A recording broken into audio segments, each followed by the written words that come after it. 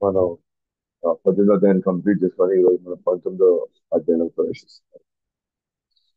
18వ అధ్యాయంలో వరుణుడి హెచ్చరిక పట్టించుకోకుండా హిరణ్యాక్షుడు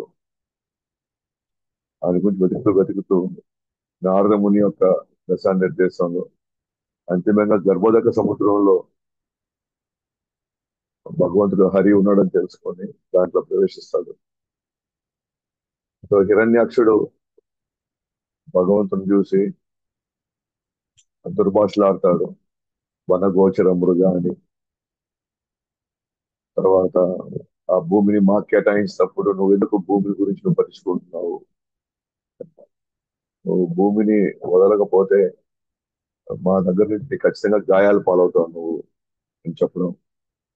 తర్వాత నువ్వు మాకు కనబడకుండా రాక్షసులను చంపుతున్నావు, నేను చంపి మా వాళ్ళకి విముక్తినిస్తానని చెప్తాడు. తర్వాత ఇవన్నీ విన్నటువంటి భగవంతుడు బాధపడుతున్నప్పటికి కూడా భూమిని మాత్రం పక్కన పెట్టాడు, వదులుకోవడం అనమాట. ఆ నొప్పిని భరిస్తూనే ఇంకా ఆ భూమిని అలాగే తన దంతాల మధ్య పెట్టుకుంటాడు. ఇంకా దుర్భాషలాడడం మానేయడు హిరణ్యాక్షుడు. ఇలాంటి సిగ్గులేని జీవులు ఎంత నిందించినా కూడా తప్పే లేదు అని చెప్పి రాక్షసుడు భగవంతుని తరుముకోవడానికి ప్రయత్నిస్తాడు. అప్పుడు ఆ భూమిని నీటిపైన వదిలి తగు శక్తినిస్తాడు అనమాట తన స్థానానికి వెళ్ళడానికి. హిరణ్యాక్షుడికి భగవంతుడికి జవాబు ఇవ్వడం జరుగుతుంది. అవును, నీలాంటి కుక్కల్ని వేటాడడానికి నాలాంటి వాళ్ళు ఈ వనంలో సంచరిస్తూ ఉంటారు. ఖచ్చితంగా మేము రసాతల నివాసాన్ని మేము ఆధీనాన్ని తీసుకున్నాము. ఇలాంటి వాళ్ళ శత్రుత్వం ఉన్నప్పటికీ కూడా మాకు వేరే నివాసం లేదు కాబట్టి, మాకు వేరే స్థలం లేదు కాబట్టి మేము ఇక్కడే ఉండాల్సి వస్తుంది. ఈ మూర్ఖపు మాటలు కట్టబెట్టి ఇచ్చిన ప్రమాణం ప్రకారంగా నువ్వు నాతో తలపడి నీ వాళ్ళ యొక్క కన్నీరును తొడుగు, అప్పుడే నీ స్థానం దక్కుతుంది అని చెప్తారు. ఇప్పుడు హిరణ్యాక్ష వాళ్ళ మధ్య యుద్ధం జరుగుతుంది. అయితే ఆ యుద్ధం కొంతసేపు కొనసాగుతుంది అనమాట, కొంచెం ఎక్కువసేపు కొనసాగుతుంది. భగవంతుడు తలుచుకుంటే ఒక క్షణంలో కూడా ఆయన చంపేసి ఉండొచ్చు. కానీ భగవంతుడు వీర్య రసాన్ని ఆస్వాదిస్తున్నాడు అనమాట. శక్తివంత భగవంతుడు ఒక దెబ్బతో కొట్టేశాడు అనుకోండి, భగవంతుడు దేనికోసం అయితే లీలన్నీ చేస్తున్నాడో ఆ లీలని తను ఆస్వాదించలేడు. మనం కూడా చూస్తాం కదా సినిమాల్లో, హీరోకి తగినట్టుగా విలన్ అంతే శక్తివంతంగా ఉంది, వాళ్ళ మధ్య జరిగేటువంటి ఆ గొడవ ఎక్కువసేపు ఉంటే మనం కూడా ఆస్వాదిస్తాం. హీరో ఒక దెబ్బతో విలన్ కొట్టేస్తే మనకేమి ఆ ఉత్సాహం ఉండదు, ఆనందమే ఉండదు మనకి. అందుకే భగవంతుడు కొంచెం టైం తీసుకుంటాడు అన్నమాట ఆయన్ని చంపడానికి. అయితే బ్రహ్మ వీళ్ళందరికీ కంగారు వచ్చేస్తుంది, బ్రహ్మకి దేవతలకి. సాయంత్రం టైం అవుతా ఉంది, త్వరగా రాత్రి సమయం అవుతుంది, రాత్రి సమయంలో రాక్షసులు ఇంకా శక్తి పుంజుకుంటారు, దయచేసి ఆ సమయం వచ్చే లోపల దయచేసి మీరు అతన్ని హతమార్చండి అని చెప్పేసి బ్రహ్మ కోరుకుంటాడు. ఆ విధంగా కోరుకున్నప్పుడు దానికి భగవంతుడు ఎలా ప్రతిస్పందిస్తాడో 19వ అధ్యాయంలో తెలుస్తున్నాం.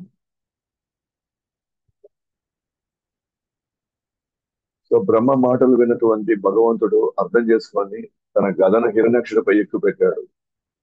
హిరణ్యాక్షుడు కొట్టడానికి గదను ఎక్కువ పెట్టాడు అనమాట. ఇది గమనించినటువంటి హిరణ్యాక్షుడు భగవంతుడిని తన గదన విసిరే లోపల తనే విసిరాడు అనమాట. అంటే భగవంతుడు గద విసిరే లోపల రాక్షసుడు హిరణ్యాక్షుడు ఏం చేశాడు, తన వద్ద నుంచి తన గదని విసిరాడు. ఎప్పుడైతే ఈయన గదని వదిలాడో అది వెళ్ళి భగవంతుడు చేయి తగిలి భగవంతుడి చేతిలో ఉన్న గద కింద పడిపోయినారు. సో కోపగించినటువంటి భగవంతుడు తన సుదర్శన చక్రాన్ని ఆహ్వానించాడు. అప్పుడు హిరణ్యాక్షుడు ఈ సంఘటన చూసి గాబరా పడి తన గదతో మరోసారి విసిరే లోపు భగవంతుడు తన ఎడమ కాలుతో తన్నడం వలన ఆ గద కింద పడిపోతుంది. సో గదను విసిరాడు. ఆ గద భగవంతుడి చేయి తగిలింది. భగవంతుడి చేతిలో ఉన్న గద కింద పడిపోయింది. హిరణ్యాక్షుడు మళ్ళీ గదను తీసుకుంటాడు మళ్ళీ పైకి రావడానికి. ఈ లోపల భగవంతుడు సుదర్శన చక్రాన్ని ఆహ్వానిస్తాడు. సో హిరణ్యాక్షుడు ఇప్పుడు భయం వేసింది. సుదర్శన చక్రం భగవంతుడి సుదర్శన చక్రం ఈయన గాబరా పడిపోయాడు. మరోసారి తన గదతో మళ్ళీ భగవంతుడిని మీదకి మళ్ళీ దాడికి వెళ్తాడు మరి గదతో. కానీ భగవంతుడు తన ఎడంకాలతో తంతాడు అనమాట. తనడం వల్ల హిరణ్యాక్షుడి చేతిలోంచి గద కింద పడిపోతుంది. అప్పుడు భగవంతుడు అంటాడు, నన్ను చంపడానికి ఊర్లుతున్నావు కదా, కావాలంటే ఆ గదని మళ్ళీ నువ్వు తీసుకోవచ్చు అని భగవంతుడు పలుకుతాడు. ఎందుకంటే శత్రువు చేతిలో ఆయుధంగా లేకపోతే, సో ఎవరైనా సరే యుద్ధంలో సమ ఉజ్జీలుగా ఉండాలి, సమ అవకాశాలు ఉండాలి, సమ ఆయుధాలు ఉండాలి. ఆయుధాలు లేదనుకోండి, అప్పుడు మనం కూడా ఆయుధం వదిలేయాలి. అందుకని భగవంతుడు తన వద్ద ఆయుధం ఉంది, నువ్వు కూడా ఆయుధం మళ్ళీ కాబట్టి తీసుకో, నన్ను చంపాలని నువ్వు ఇప్పుడు ఊర్లు ఉడుతున్నావు కదా, నువ్వు కావాలంటే నువ్వు మళ్ళీ గదం తీసుకో అంటాడు అనమాట. ఆయన చాలా అవమానం అయిపోతుంది హిరణ్యాక్షుడికి. గదం తీసుకోకుండా త్రిశూలాన్ని ఆవాహనం చేసుకుంటాడు. త్రిశూలాన్ని తీసుకుంటాడు. సో భగవంతుడు తన సుదర్శన చక్రంతో ఆ త్రిశూలాన్ని నాశనం చేస్తాడు. అప్పుడు హిరణ్యాక్షుడు ఏం చేశాడంటే తన పిడికిలితో గుద్ది కనుమరుగైపోయాడు. భగవంతుడు తన పిడికిలతో గుర్తాడు అనమాట. ఎందుకంటే ఆ త్రిశూలం ఇరిగిపోయింది. ఇప్పుడు సుదర్శన చక్రంతో త్రిశూలాన్ని ఎరగొట్టేశాడు భగవంతుడు. కాబట్టి తనకుండే నీకు చెయ్య కాబట్టి హిరణ్యాక్షుడు తన పిడికిలతో ఏం చేశాడు, గట్టి గుద్దాడు అనమాట. బుద్ధి కనుమరుగైపోయాడు, అతను మాయమైపోయాడు. ఇట్లాంటి ఎన్నో మాయలు చేశాడు అనమాట హిరణ్యాక్షుడు కనబడకుండా. హిరణ్యాక్షుడు ఏం చెప్పాడు, నువ్వు అందరికి కనబడకుండా ఎక్కడెక్కడో ఉండి దాముకుంటూ మా వాళ్ళను నువ్వు చంపుతున్నావు రాక్షసుల్ని, కాబట్టి ఈసారి నీకేమాత్రం సిగ్గుంటే నువ్వు నాతో తలపడు అని చెప్పి ఆయన అడిగాడు. ఇప్పుడు ఈ మాటను హిరణ్యాక్షుడు ఇప్పుడు ఈయన కనుమరుగైపోతున్నాడు, ఇప్పుడు ఈయన మాయమైపోతున్నాడు, కనబడకుండా యుద్ధం చేస్తాడు అనమాట. అంటే వాళ్ళ దగ్గర చాలా సిద్ధులు ఉంటాయి. చాలా సిద్ధులతో వాళ్ళు కనబడకుండా చేయడం, అలా ప్రకృతిలో వివిధ పరిస్థితులు తీసుకురావడం, సడన్గా అంధకారం చేసేయడం, అట్లా రకరకాల విన్యాసాలు చేస్తారు అనమాట. అందుకనే ప్రజలకి మరియు దేవతలు చాలా ఆందోళన చెందుతారు అన్నమాట. ప్రజలు దేవతలు ఆందోళన చెందుతారు. అంటే అది ఇప్పుడు సరిగ్గా కనబడట్లేదు, ఏది పడితే అది చేస్తున్నాడు, ఎలా పడితే అలా చేస్తున్నాడు. ఇది ఇంకొంచెం సమయం పడుతుందేమో భగవంతుడు ఆయన చంపడానికి. ఎందుకంటే అసుర సంధ్యకాలం వస్తా ఉంది. ఈ మాయా ప్రభావం ఎలా ఉంది అంటే ఆకాశం నుంచి నెత్తురు, చీము, మూత్రం, మల వర్షం కురుస్తా ఉన్నారు. అతను చేసిన పనులు ఎంత మాయాజాలాన్ని సృష్టిస్తున్నాడట. అప్పుడు హిరణ్యాక్షుడు తనలో నుంచి, తన వద్ద నుంచి ఎంతో మంది యక్ష రాక్షసుల వివిధ ఆయుధాలతో సృష్టించాడు అన్నమాట. అంటే యుద్ధం పెద్దదైంది. ఇప్పుడు ఇంత ముందు ఒకరు 1-1 ఉండింది హిరణ్యాక్షుడికి, భగవంతుడికి, వరాహుడికి. ఇప్పుడు తను చాలా మందిని సృష్టించాడు, యక్ష రాక్షసుల్ని వివిధ ఆయుధాలతో దాడి చేయమని చెప్పి భగవంతుడి మీద. అప్పుడు భగవంతుడు తన చక్రంతో ఆ మాయని మొత్తం నాశనం చేస్తాడు.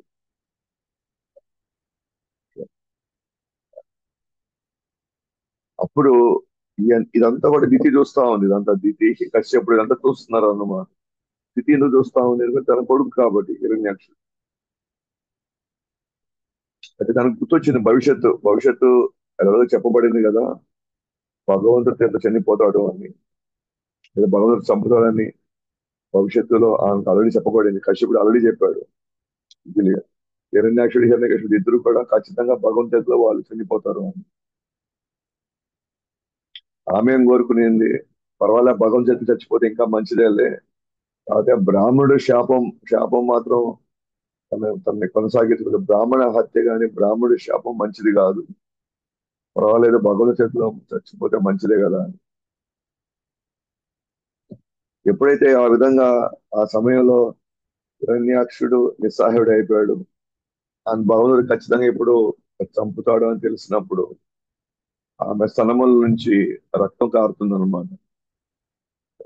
ఇంకా బాధ, ఆవేశం. ఎంత రాక్షసుడు అయినప్పుడు, కొడుకు కొడుకు అయినప్పుడు, రాక్షసుడు అయినప్పటికీ కూడా ఆ పేగు బంధం ఉంటది కాబట్టి ఆమెకి ఆ బాధ ఉంటుంది. సో ఆమె స్తనముల నుంచి రక్తం కారడం ప్రారంభించింది. అప్పుడు హిరణ్యాక్షుడు మళ్ళీ భగవంతుడి గుండెలపై గుద్దాడు అనమాట. భగవంతుడు చెంపు చెల్లు మనిపించాడు. తన చేతిలో చెంప మీద కొడతాం, కరెక్ట్ గా చెవు కింద కొడతాడు అనమాట, చెంపు మీద. ఆ దెబ్బతో హిరణ్యాక్షుడు అక్కడికక్కడే మరణించాడు. సో మనం గమనిస్తే ఈ దెబ్బ ఫస్టే కొట్టుంటాడు భగవంతుడు. ఇంకా భగవంతుడికి ఒక శక్తి ఒకవైపు అయితే, భగవంతుడు తెలుసు ఏ పాటలు ఎప్పుడు ఎక్కడ కొడితే ఒక మనిషి చనిపోతాడు లేదా ఒక జీవుడు చచ్చిపోతాడు అని భగవంతుడు తెలియకుండా ఏం లేదు. చెప్పిన ఇది మొదట్లోనే చెప్పేసి ఉండొచ్చు, కానీ భగవంతుడు రసాన్ని ఆస్వాదించాలనుకుంటున్నాడు, వీరి రసాన్ని. అసలు రాక్షసుడు కొట్టే గుద్దులు కావచ్చు, లేకపోతే రాక్షసుడు వేసే బాణాలు కావచ్చు, ఏదైనా సరే ఆ రాక్షసుడు ఎవరు, తన సేవకులే కదా, దేవిజీలే. కాబట్టి తనకి ఎలా ఉంటుంది, భగవంతుడి వైపు నుంచి ఎలా ఉంటుందంటే, తన తన భక్తుడు పూల వర్షాన్ని కురిపిస్తున్నాడు నా మీద అనుకుంటుంది అనమాట. బాణాలు వస్తుంటే అవన్నీ కానీ చేస్తూ ఉంటే. లైక్ ఇదే విధంగానే మనం చూస్తే ఒకటో స్కందంలో భీష్ముడు సేమ్ తన రెడీగా ఉన్నాడు అర్జునుడిని చంపడానికి. సో ఆ క్రమంలో భీష్ముడు కొన్ని బాణాలు వేసినప్పుడు అది మన కృష్ణుడు కూడా కొంత ఇబ్బంది కలిగిస్తుంది. అయితే కృష్ణుడు మనం బయట నుంచి చూసినప్పుడు, యుద్ధంలో చూసినప్పుడు అంటే భీష్ముడు బాణాలు వదులుతాడు కృష్ణుడి మీద, కృష్ణుడు కూడా గాయాలైనాయి అన్నప్పుడు మనకి బాధ వేస్తుంది. ఆ కృష్ణుడు కూడా తర్వాత ఆయన భీష్ముడి మీద దాడి చేయడానికి వెళ్తాడు. కానీ అంతర్గత లీల ఎలా ఉంటుందంటే, తన భక్తుడు తన మీదకి పూల వర్షం కురిపించాడు. ఆ పూలు తగిలినప్పుడు, శరీరం మీద తగిలినప్పుడు ఎలాంటి ఒక అనుభూతి వస్తుందో, ఎలాంటి ఒక నొప్పి అనుభవిస్తాడో, సేమ్ టైము రాక్షసులు కూడా వాళ్ళు ఉన్న ఆయుధాలతో వాళ్ళు కొట్టినా సరే, లేదా బాణాలతో ఛేదించినా సరే, భగవంతుడు సో తన ప్రేమికుల నుంచి వచ్చేటువంటి పూల వర్షంగా చూసుకుంటాడు తప్ప అది తనని గాయపరిచింది, తను అవమానించింది, తను ఎదుర్కొన్నట్టుగా తను ఫీల్ అవ్వడు. ఎందుకంటే భగవంతుడే తన లీల ద్వారా ఆ, మన కుమారుల యొక్క శాపం శాపం వాళ్ళకి తగిలేలాగా తద్వారా వాళ్ళ భూమి మీదకి వచ్చి, సో భగవంతుడు ఆ వీర రసాన్ని ఆస్వాదించాలి. ఆ క్రమంలో మనకి ధర్మం ఏంటో నేర్పిస్తున్నాడు. సో ఇదంతా అయిన తర్వాత హిరణ్యాక్షుని పోగినటువంటి బ్రహ్మ మరియు ఇతరులు. బ్రహ్మ హిరణ్యాక్షుని పొగుడుతున్నాడు, ఇప్పుడు దేవతలు హిరణ్యాక్షుని పొగుడుతున్నారు. ఏమని పొగుడుతున్నారో చూద్దాం. యోగులు నిత్యం ధ్యానించే ఆ భగవంతుడి పాద పద్మాలు హిరణ్యాక్షుడిని తాకడం ఇది ఎంత అదృష్టమైంది. యోగులు ఎన్నో వేల సంవత్సరాలు వాళ్ళు తపస్సు చేస్తున్నారు, భగవానుడి పాద పద్మాలు దర్శనం చేస్తే చాలు నాయన అని వాళ్ళ జీవితాల పనంగా పెడుతున్నారు. ఎన్నో నిద్రలేని రాత్రులు భగవంతుని ధ్యానిస్తూ ఉంటే ఎన్నో వేల సంవత్సరాల తర్వాత ఎన్నో జన్మల తర్వాత వాళ్ళకి ఈ అవకాశం దొరికితే కానీ హిరణ్యాక్షుడు ఎంత అదృష్టవంతుడు. స్వయంగా భగవుడి యొక్క పాద పద్మాలు ఆయన్ని తాకేయి. ఇటువంటి అద్భుతమైనటువంటి మరణం ఎవరికి దక్కుతుంది ఇది? నిజంగా హిరణ్యాక్షుడు మా అందరికంటే చాలా అదృష్టవంతుడు. ఎందుకంటే మాకు ఎప్పుడు అటువంటి అవకాశం మాకే దొరకలేదు. భగవంతుని దర్శించుకోవాలంటేనే మేము ఎన్నో సంవత్సరాల తర్వాత మాకు భగవంతుని దర్శనం అవుతుంది. అది భగవంతుడి యొక్క దయ మీద.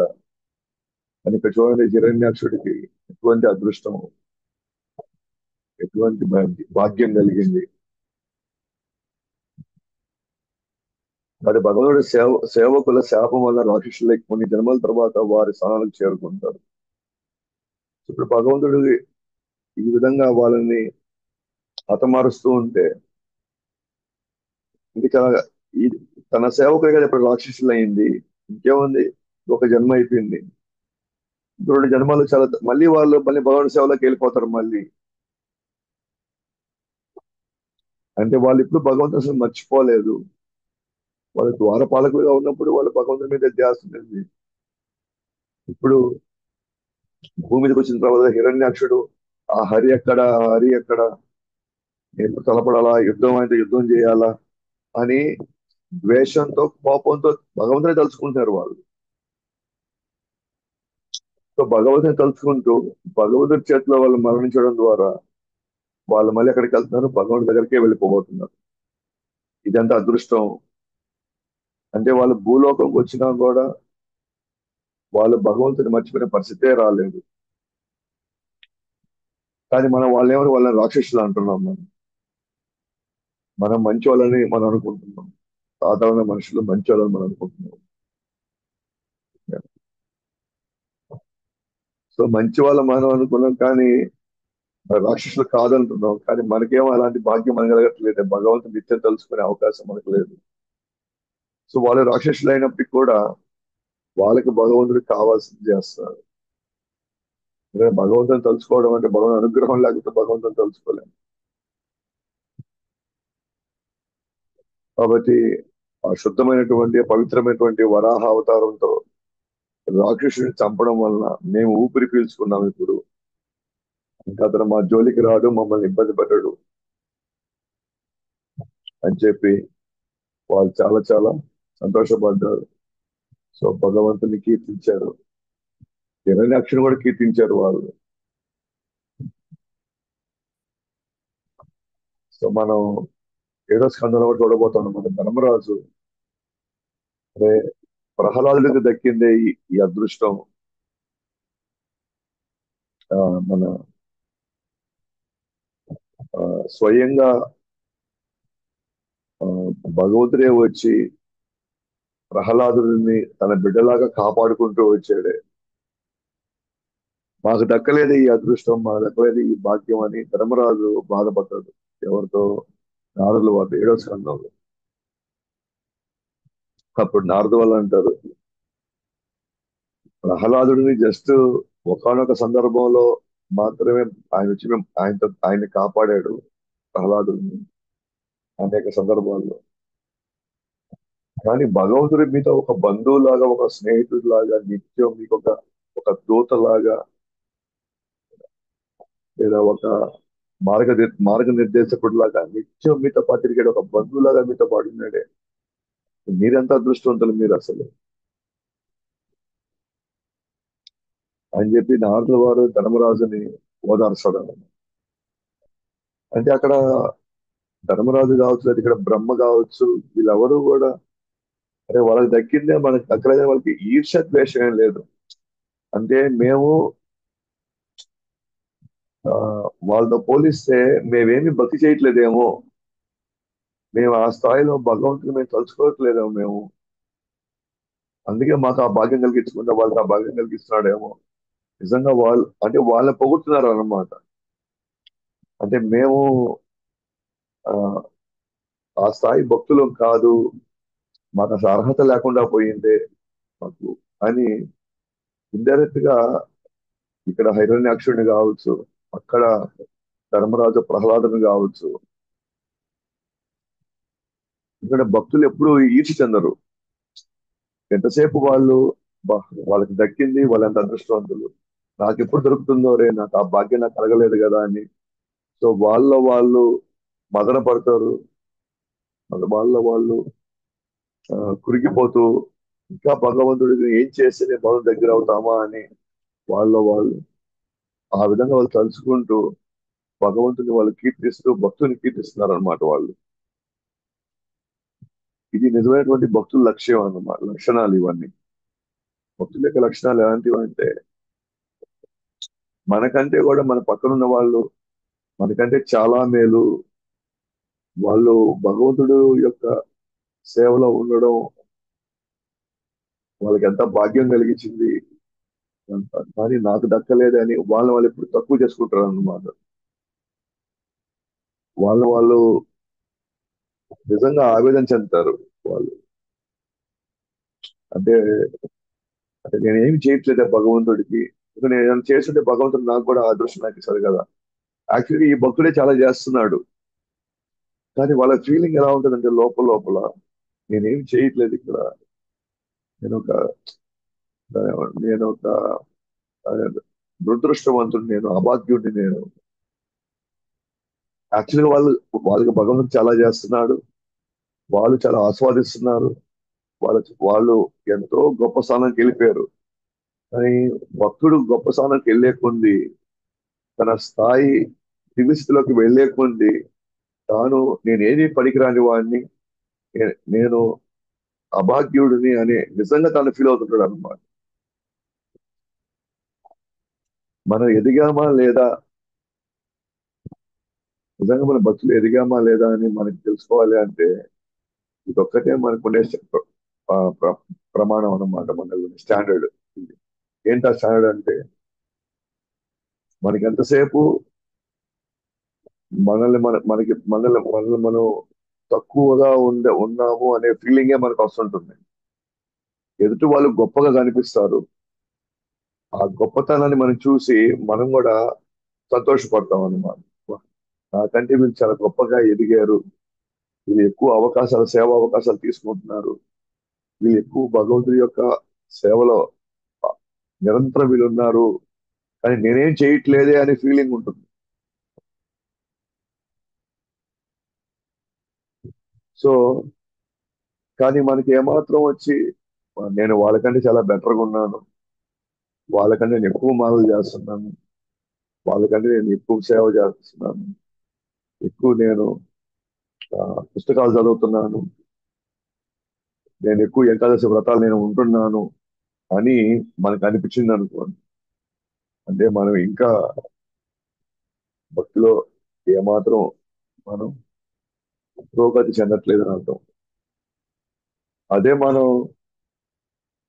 వాళ్ళు మనకంటే చాలా అదృష్టవంతులు, నేను ఏం చేయట్లేదు, ఎప్పుడు చేయాలి నేను భగవంతుడికి, కానీ యాక్చువల్గా తను చేస్తున్నాడు, చాలా చేస్తున్నాడు,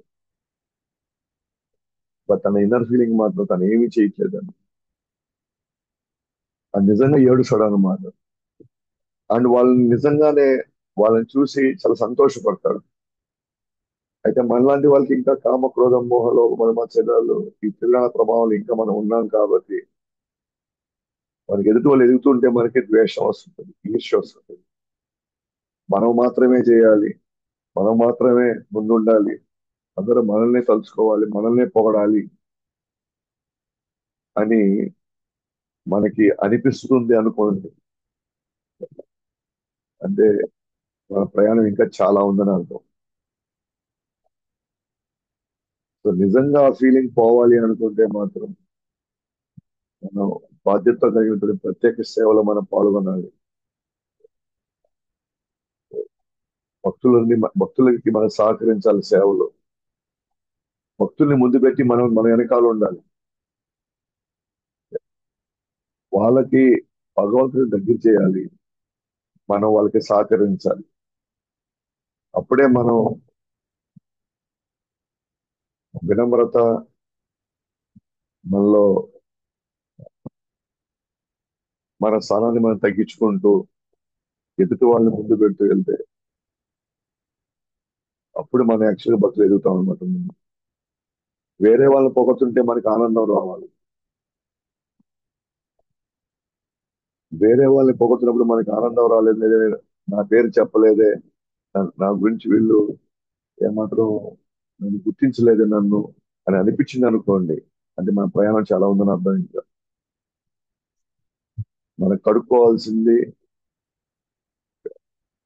ఆ, వీటిని తొలగించుకోవాల్సిన ఆ, బాధ్యత ఇంకా పెరిగిందని అర్థం. ఇంకా తీసుకోవాలి మనం దాన్ని. ఆ సాధనని తీవ్రతరం చేయాలి, సేవని తీవ్రతరం చేయాలి. సో లేకపోతే ఆ, మనం సాధారణ జీవితాన్ని జీవిస్తూ ఉంటాం అనమాట. భక్తిలో ఏమాత్రం మనం ముందుకెళ్ళాలి. కాబట్టి ఈ విధంగా మైత్రేయుడు వద్ద నుంచి లీల విన్న విదురుడు ఎంతో సంతృప్తి చెందాడు.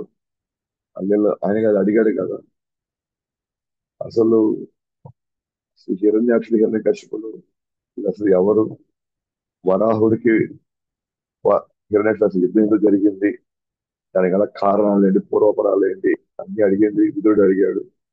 మైత్రేయుడు చెప్పాడు. ఇప్పుడు అది విదురుడు ఎంతో సంతోషపడ్డాడు, ఎంతో తృప్తిపడ్డాడు.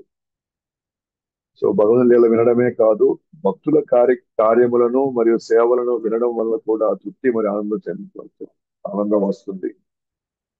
భగవద్ లీలే కాదు, భక్తుల గురించి విన్నా కూడా, భక్తుల యొక్క లీలలు విన్నా కూడా, భక్తులు ఎటువంటి ఆ, సేవలు చేశారు, భక్తులు ఎటువంటి సాధన చేశారు, భక్తులు ఏ విధంగా ప్రచారం చేశారు, అక్కడ ఉండి వాళ్ళు భగవంతుడి గురించి ఎలా వాళ్ళు 10 మందికి వాళ్ళు చేర్చారు, వాళ్ళ గురించి విన్నా కూడా మనకి తృప్తి ఆనందాన్ని వస్తుంది. అంటే భక్తుడు వేరు వేరు కాదు. భక్తుడు లేకపోతే భగవంతుడు లేడు, భగవంతుడు లేకపోతే భక్తులు లేడు. కాబట్టి భగవంతుడి లీల విన్నా సరే, భక్తుల లీల విన్నా సరే మనకి తృప్తి ఆనందం వస్తుంది అన్నమాట. సో గజేంద్రుడు కూడా భగవంతుడి యొక్క పాద పద్మాలపై ధ్యానించడం కారణంగానే ముక్తిని చెందాడు. సో భగవంతుడు గొప్పవాడు, ఆయన భక్తుడు కూడా గొప్పవాడు. సో ఇప్పుడు మనకి గజేంద్రుడి యొక్క లీల వినడంతో, గజేంద్రుడి లీల మనం వినడంతో ఇప్పుడు మనకు కూడా తెలిసింది భగవంతుని ఎట్లా మనం తృప్తిపరచాలి, తద్వారా మనం కూడా ముక్తి పొందే అవకాశం ఉంటుంది. ఆ విధంగా గజేంద్రుడి గురించి వింటే గజేంద్రుడు యొక్క జీవితం మనకి భగవంతుడి దగ్గర చేస్తుంది. ఆ విధంగా గజేంద్రుడు భక్తుల లీలలు మనకి ఎంతో మేలు చేస్తాయి, తృప్తిని ఆనందాన్ని ఇస్తాయి. కాబట్టి కృతజ్ఞత కలిగిన భక్తులు ఎందుకు భగవంతుని పూజించరప్పుడు? అధర్మములు మాత్రమే, కృతజ్ఞత లేని భక్తులు మాత్రమే, లేని వాడు మాత్రమే భగవంతుని పూజించరు. ఎవరైనా సరే ఏమాత్రం కొద్ది కృతజ్ఞత ఉంటే మన జీవితంలో, అరే మనకి కుటుంబం ఎలా వచ్చింది, ఈ డబ్బులు ఎలా వచ్చినాయి, రోజు మనం తింటుంటే భగవంతుడు యొక్క దయ వల్ల లోపల ఇవన్నీ అరిగిస్తాడు, భగవంతుడు అరిగిస్తున్నాడు, ఈ గాలి లేకపోతే మన జీవితం ఏంటి, ఈ శక్తి తెలివితేటలంతా భగవంతుడు ఇస్తున్నాడు అని ఏమాత్రం కొద్ది కృతజ్ఞత ఉంటే భగవంతుడిని పూజించుకుంటే ఎవరు ఉండలేరు.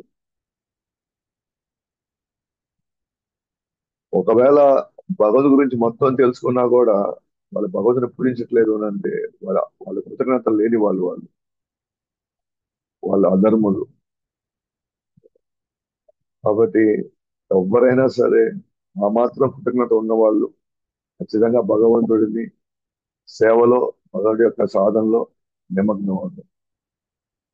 కాబట్టి ఫలశ్రుతి ఏంటి అంటే, అంటే ఇది వినడానికి మనకు వచ్చిన ఫలం ఏంటంటే, ఎవరైతే ఈ లీలను శ్రవణం, కీర్తనం మరియు ఆనందం పొందుతారో వారు బ్రహ్మహత్య పాపం నుండి కూడా విముక్తి కలుగుతుంది. జస్ట్ ఈ లీల వినడంతో, ఆ లీలని మనం ఆస్వాదించడంతో బ్రహ్మహత్య పాపం నుండి వాళ్ళకి విముక్తి కలుగుతుంది. అలాగే ఈ లోపల సకల సౌభాగ్యాలు అనుభవించిన తర్వాత అంతిమంగా భగవద్ధామం చేరుకుంటాడు. కాబట్టి భగవంతుడు మనకి కేవలం మన వినడం వల్ల, ఈ ఈ లీల వినడం వల్ల, మనం గత 4-5 క్లాసుల నుంచి మనం వింటూ వస్తున్నాం హిరణ్యాక్షుడు, రాహుడు ఈ లీలను. సో భగవంతుడు తెలియకుండా మనకి ఏం చేస్తాడు, వినడం వల్ల మనకి ఫలాన్ని ఇస్తాడు. మనకి ఎందుకు ఈ ఫలాలు ఇస్తాడంటే మనల్ని ఎంకరేజ్ చేస్తాడు. ఇట్లా ఈ ఒక లీలకి ఇంత ఫలం భగవంతుడు ఇస్తే, అట్లా భాగవతం అంతా మనం వింటే, భాగవతంలో ఉన్న భగవంతుడి యొక్క లీలలన్నీ, భక్తుల యొక్క లీలలన్నీ మనం కానీ వింటే, సో మనకి ఎంత భగవంతుడు ఎంత అనుగ్రహం ఇస్తాడు, మనకి తన ధామాన్ని ఆహ్వానిస్తున్నాడు, తన ధామాన్నే మనకి అప్పజెప్పేస్తున్నాడు. కావున మనం భాగవతాన్ని నిత్యం వింటూ ఉండాలి, భగవద్గీత వింటూ ఉండాలి, భక్తుల గురించి వింటూ ఉండాలి. వీలైతే 10 మందికి మన విన్నది మన 10 మందికి చెప్తూ ఉండాలి. ఆ చెప్పే క్రమంలో మనమే మన కుటుంబాలు వదులుకోవాల్సిన అవసరం లేదు. సో మన వ్యాపారాలు ఏం వదులుకోవాల్సిన అవసరం లేదు. మనం ఏదో ఒకటి వింటూనే ఉండాలి, ఏదో ఒకటి మనం మాట్లాడుతూనే ఉండాలి. అలా కాకపోతే మన జీవితం గడవదు. అదేదో భగవన్ గురించి వింటూ, ఆ భగవన్ గురించి విన్నది మన 10 మందికి చెప్తూ ఉన్నాం. అట్లా స్వకార్యం, స్వామి కార్యం, స్వకార్యం రెండు అయిపోతుంది. నేను ఉద్యోగం, వ్యాపారం, నా బాధ్యతలను నేను నిర్వర్తిస్తూ ఒకవైపు స్వకార్యం చేసుకుంటున్నాను. రెండోది, ఈ రోజు నేను భాగవతం విన్నాను, భగవద్గీత విన్నాను, విన్నది నాకు తెలిసిన వాళ్ళతో నేను దాన్ని పంచుకుంటే స్వామి కార్యం కూడా అయిపోతుంది. అంతిమంగా మరణ సమయంలో మనం భగవంతుని తలుచుకుంటూ గురించి మనం శాశ్వతంగా బయటపడిపోతాం. సో కాబట్టి మనం భగవంతుడు మనల్ని ఎంకరేజ్ చేయడానికి, మనం భాగవతాన్ని వదలకుండా పఠనం చేయడానికి, శ్రవణం చేయడానికి, అక్కడ భగవంతుడు మనకి ఫలశ్రుతి ఇస్తున్నాడు అనమాట, ఫలాన్ని ఇస్తున్నాడు. సో ఆ విధంగా భగవంతుడి కృతజ్ఞత మనం చెప్పుకుంటూ, భక్తుల కృతజ్ఞత చెప్పుకుంటూ, సో మన జీవితంలో ముందుకు సాగుతూ ఉండాలన్నమాట. సో మిగిలింది మనం నెక్స్ట్ అధ్యాయంలో రేపు చూస్తాము. సో సౌనకాది ఋషులు ఇంకా మైత్రేయ విదురుడి మధ్య ఇంకేమి కృష్ణ కథ కొనసాగుతుంది, ఇంకేం లేదు వాళ్ళ మధ్య చర్చలోకి వచ్చాయి, దయచేసి మాకు వివరించండి అని చెప్పి అడగడం ప్రారంభం అవుతుంది. అది మనం రేపు చూస్తాం. భద్రా శ్రీమద్ భాగవతానికి జగద్గురు శీలం అనంత కోటి వైష్ణవ యువధర్మ హరినామ సంకీర్తనకి గాయ గౌర్ ప్రేమ